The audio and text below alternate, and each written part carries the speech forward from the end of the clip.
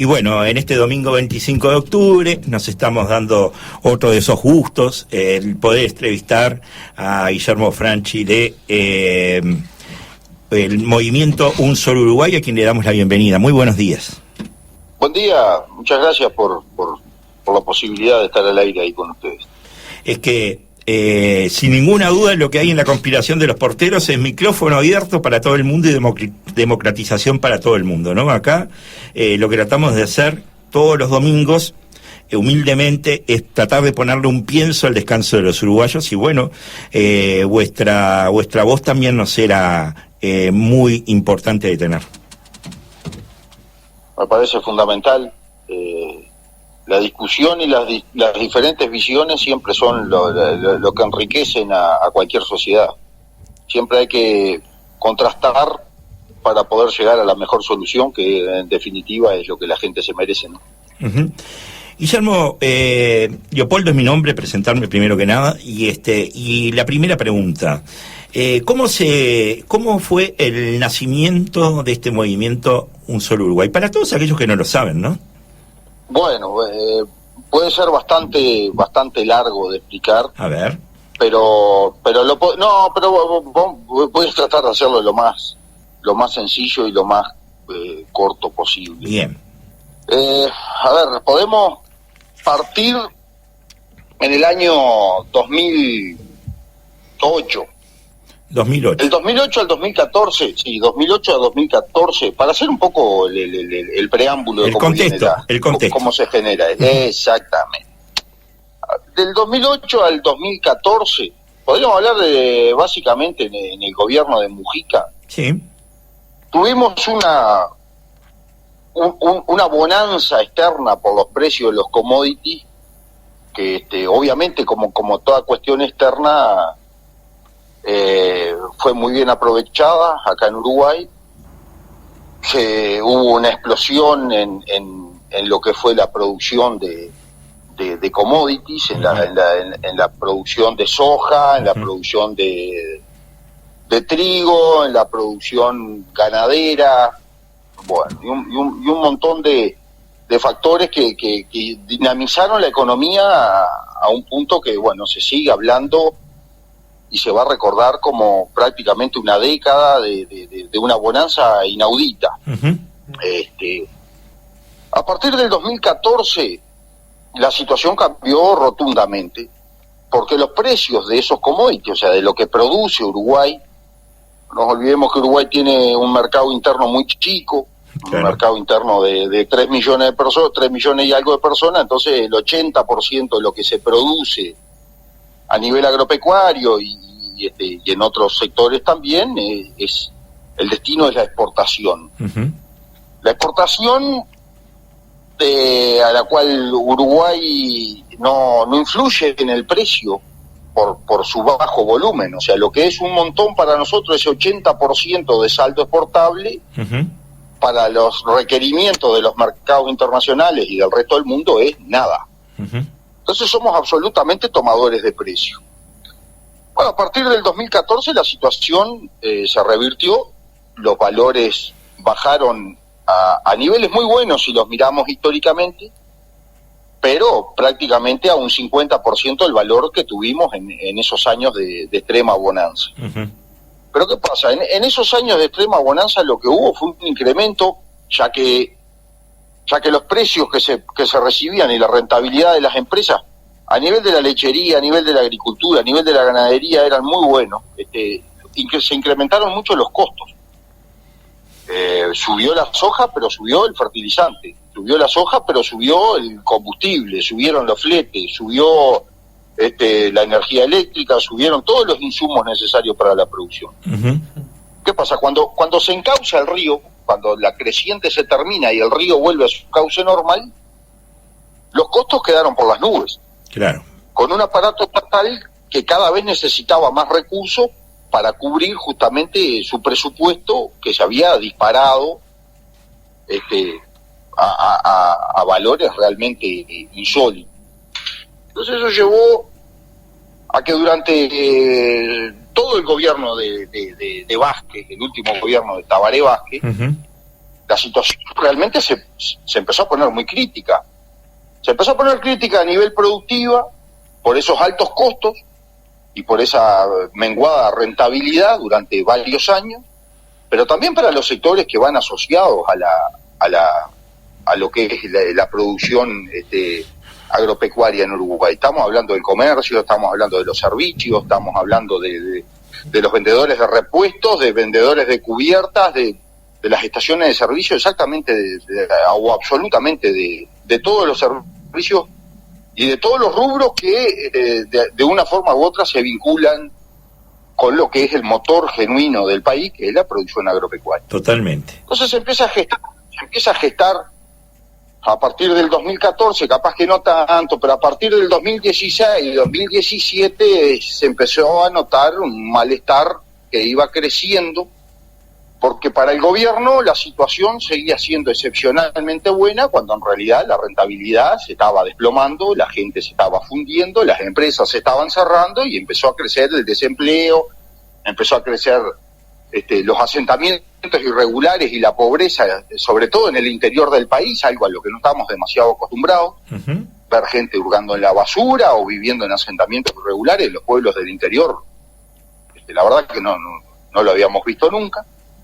Y bueno, y ese malestar sigue, y al lado de enfrente de los que tenían la responsabilidad de prestarle atención a estos indicadores, a estas cuestiones que estaban pasando, teníamos un gobierno que seguía tirando manteca al techo, seguían pasando cosas inauditas a nivel de las empresas públicas, seguíamos viendo contratos por ejemplo, con los contratos con los parques eólicos a precios insólitos por el pago de la energía eléctrica generada. Sí. Y todo eso le venía pegando y pegando al sector productivo y a todos los demás sectores, como te decía recién. Hasta que a finales de 2017 ya la situación estaba bastante caldeada, vamos a decir. Y bueno, y a partir de enero del 2018 se gesta la posibilidad de una primera reunión, sobre todo vinculado al sector agropecuario, en Paysandú.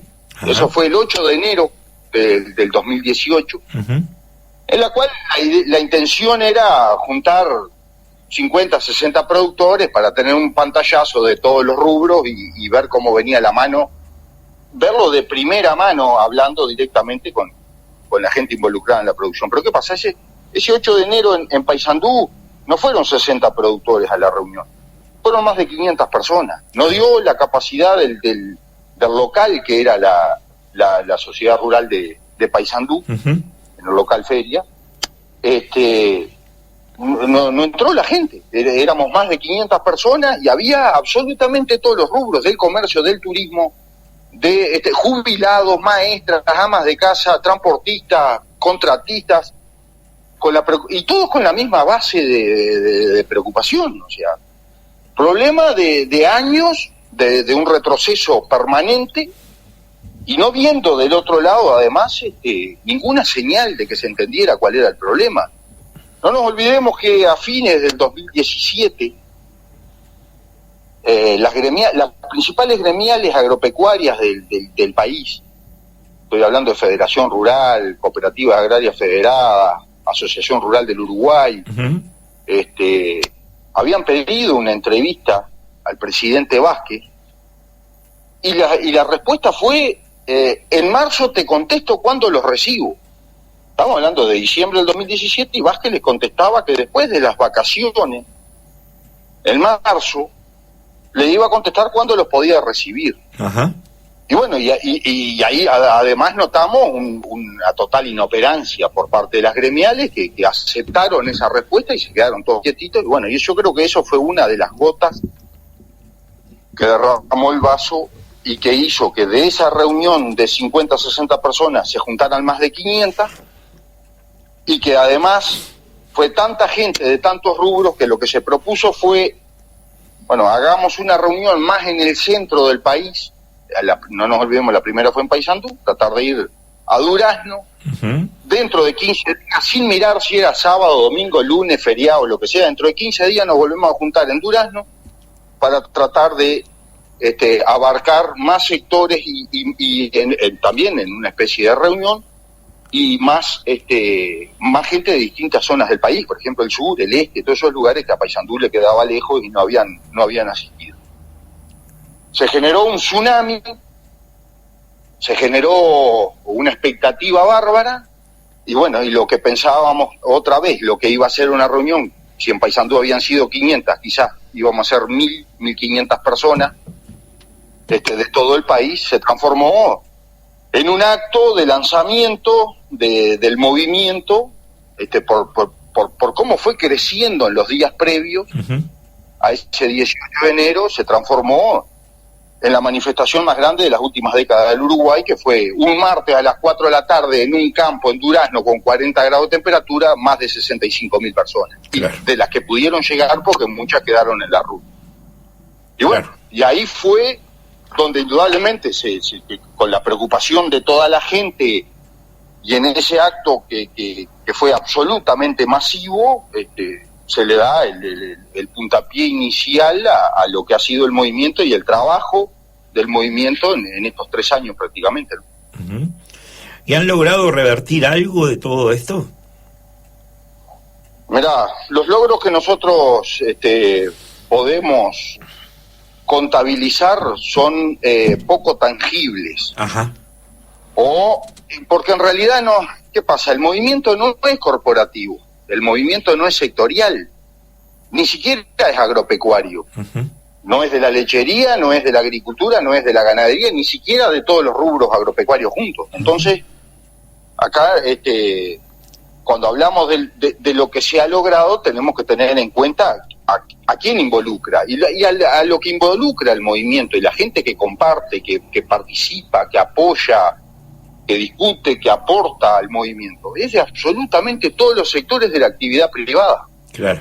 Hablamos del turismo, hablamos del comercio, hablamos de, como te decía recién, de los prestadores de servicios, los transportistas, los productores agropecuarios de todas las ramas, desde los chacareros de Canelones hasta los ovejeros de Artigas. Uh-huh.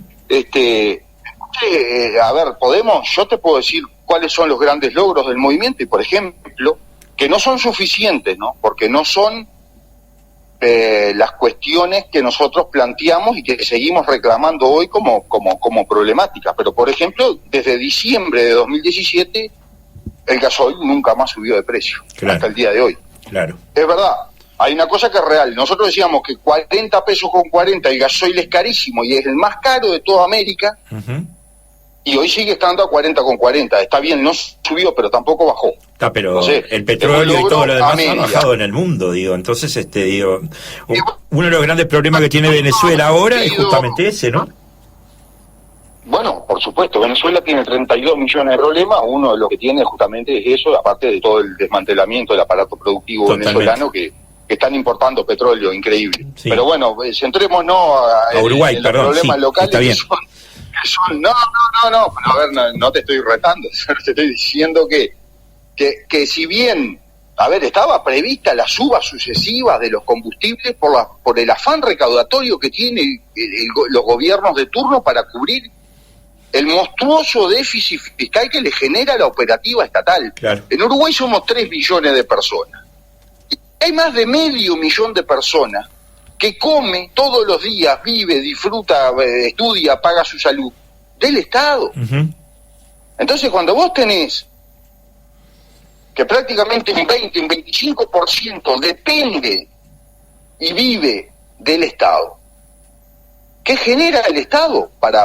¿Qué genera en Uruguay el Estado para solventar todo eso? No nos olvidemos y vamos a partir de la base de que el Estado no tiene recursos propios. Los recursos que maneja el Estado son de los contribuyentes. Claro. El Estado no genera, el Estado administra recursos.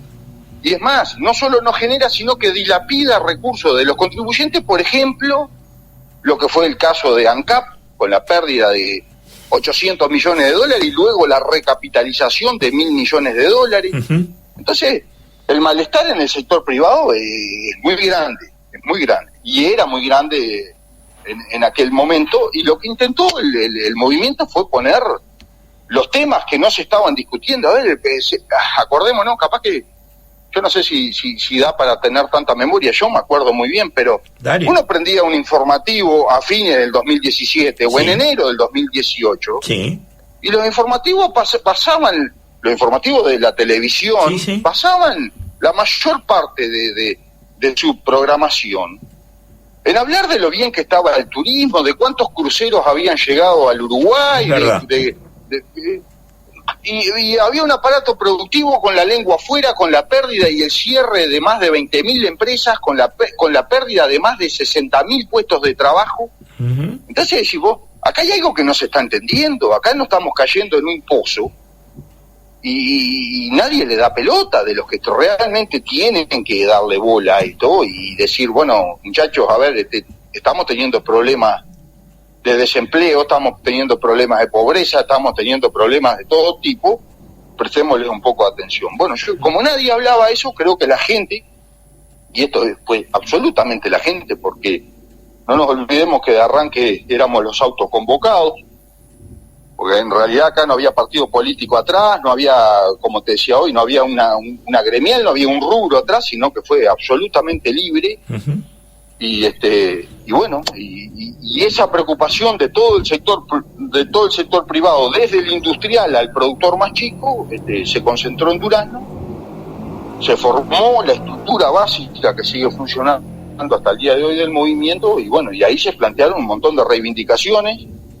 Nos atendió Vázquez, nos pidió una entrevista el 26 de enero, luego del acto de Durazno. Uh-huh. Se nos propuso participar en las mesas de trabajo con los ministros, con Astori, Murro, Carolina Cose, etcétera, con todos los ministros, sobre todo vinculados a los temas que nosotros estábamos reclamando, que básicamente eran problemas económicos, para arreglar los problemas sociales, para arreglar los problemas de infraestructura, para arreglar absolutamente lo que veíamos que estaba mal, había que hablar de economía.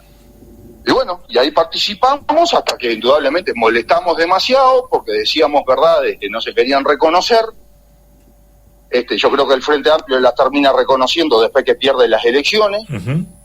Y bueno, fuimos a 3 mesas de trabajo, planteamos un montón de situaciones, siempre con propuestas, siempre con el reclamo, pero con la propuesta incluida, no para que se aplicara exactamente la propuesta que nosotros llevábamos, pero sí que fuese un eje en el punto de la discusión.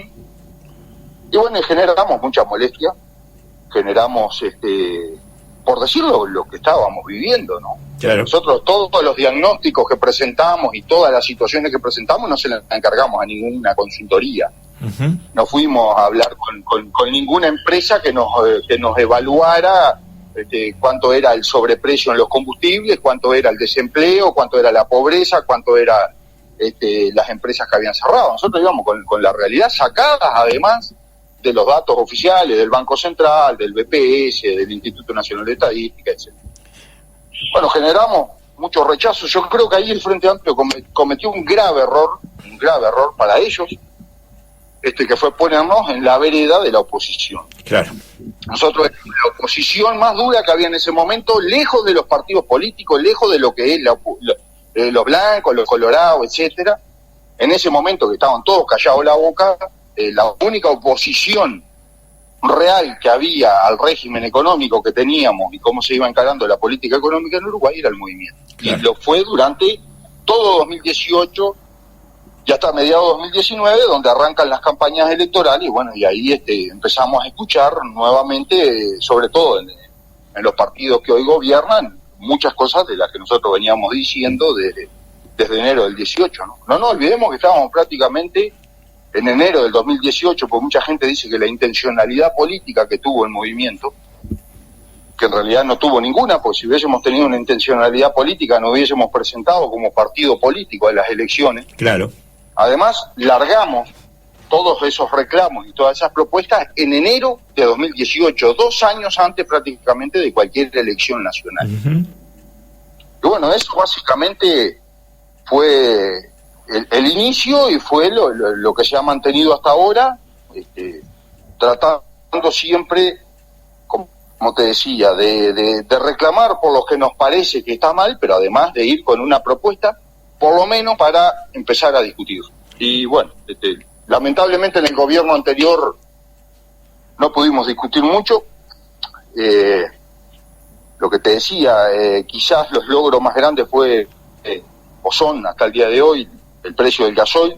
Sí. Que se derogara la inclusión financiera, la obligatoriedad de la inclusión financiera, eso es un logro indudable. Y bueno, y después, lamentablemente, poca cosa más, porque aparte del cambio de gobierno, nos topamos con todo este problema ahora del problema sanitario, que, bueno, yo qué sé, que lamentablemente me parece que se ataja mucho, se cuida mucho eso, mientras el aparato productivo sigue desmantelándose y sigue cayendo todo. Quiero tomar, sin pisarte, Guillermo, quiero tomar algo porque si no me va a quedar en el debe de algo que dijiste que enseguida me hizo un clic, ¿no? El tema de, por ejemplo, los informativos hablando del turismo hace 2-3 años atrás, ¿no? En un país de servicio, y en este momento, hoy, octubre, los informativos de lo que vuelven a hablar es justamente por esto del COVID, ¿no? De que, vaya casualidad, se van a tener que cerrar las fronteras y se va a tener que recurrir al turismo interno. Entonces, vuelve el mismo discurso. Bueno, ahí hay un problema, que es de muy difícil situación. Yo creo que más allá del problema que le generó la pandemia, es un rubro exportador, porque exporta servicios de muy buena calidad, con gente muy bien preparada, con una apuesta, con una inversión permanente. Yo creo que más allá de que le va a pegar al turismo, al empresario y al empleado del turismo, creo que al gobierno no le debe hacer absolutamente ninguna gracia tener que cerrar la frontera. Claro. Porque van a ser miles de millones de dólares que no van a ingresar, porque el turismo interno podrá compensar en algo. Mucha gente habla de el turismo interno que se va a generar porque los uruguayos no van a poder salir a verañar afuera.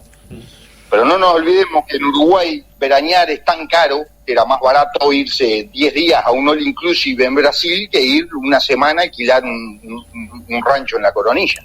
Estoy de acuerdo. Y la gente se iba por una cuestión económica, claro. No porque por tratar de demostrar. Nadie iba a verañar a Ibiza, ni nadie iba a verañar a Estados Unidos, a Miami. La gente se iba básicamente de acá a Uruguay por un tema económico, Argentina, Brasil, Chile, todos los países que son mucho más baratos que nosotros. Entonces, digo, para el sector turismo este año va a ser, la verdad que catastrófico, porque, bueno, ya está haciendo, se han cerrado el 50% de los hoteles de Punta del Este. Claro. Eso es un dato real de la Cámara Regional del Este. El 50% de los hoteles cerraron este invierno y vamos a ver cuántos sobreviven este verano. No nos olvidemos que cualquier emprendimiento en Uruguay es extremadamente caro, mantenerlo abierto, y bueno, y con un turismo menguado va a ser un problema muy grave. Yo creo que como te decía, creo que le va a significar a los empresarios del turismo un grave problema, que obviamente ya se está generando, pero además al gobierno, porque indudablemente va a haber muy menguado el ingreso de dinero, de dólares al Uruguay, y eso lo vamos a pagar, no hay ninguna duda que eso va a ser más deuda y va a ser más problemas, ¿no?